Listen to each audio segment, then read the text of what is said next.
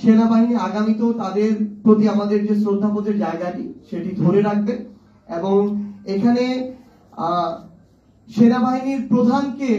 মানে সরানো বা এরকম কোন প্রশ্ন কিন্তু কখনো আসেনি। আমরা জাতীয় নাগরিক পার্টির জায়গা থেকেও, আমি আমার ব্যক্তিগত জায়গা থেকেও যদি বলি, আমরা মনে করি যে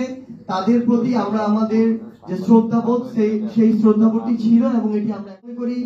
অভ্যুত্থানের গুরুত্বপূর্ণ সময়ে তারা যেমন গুরুত্বপূর্ণ সিদ্ধান্ত নিয়ে পুরো বাংলাদেশের মানুষের পাশে ছিল, তো একইভাবে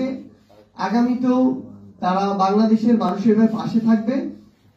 যে একটি ঘটনা সামগ্রিকভাবে আমরা শুনতে পাচ্ছি, আমরা মনে করি যে বিষয়টি অনেকটি এরকম নয় এবং এখানে জনগণের সাথে কিংবা জাতীয় নাগরিক পার্টির সাথে বা রাজনৈতিক দলগুলোর সাথে সরাসরি সেনাবাহিনীকে প্রতিপক্ষ করার কোনো বিষয় নেই। আমাদের যদি কোনো একটি নির্দিষ্ট প্রতিষ্ঠানকে নিয়ে কোনো একটি প্রশ্ন থাকে, মতামত থাকে, আমরা সেটি করব এবং যৌক্তিক আলোচনা সমালোচনা হবে। কিন্তু সবচেয়ে গুরুত্বপূর্ণ হচ্ছে কখনো আমরা এই অভ্যুত্থানের পক্ষের যারা শক্তি ছিলাম তারা আমরা কখনো এই বিষয়গুলোতে মুখোমুখি অবস্থানে কখনোই দাঁড়াবো না এবং আমরা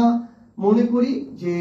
সেনাবাহিনী আগামীতেও তাদের প্রতি আমাদের যে শ্রদ্ধাবোধের জায়গাটি সেটি ধরে রাখবে এবং এখানে সেনাবাহিনীর প্রধানকে মানে সরানো বা এরকম কোন প্রশ্ন কিন্তু কখনো আসেনি। কিছু গুজব ছড়ানো হচ্ছে যে সেনাবাহিনীর প্রধানকে অপসারণ, না, আমরা আমাদের জায়গা থেকে কখনো এটি বলিনি এবং আমরা মনে করি এই অবস্থাও তৈরি হয়নি।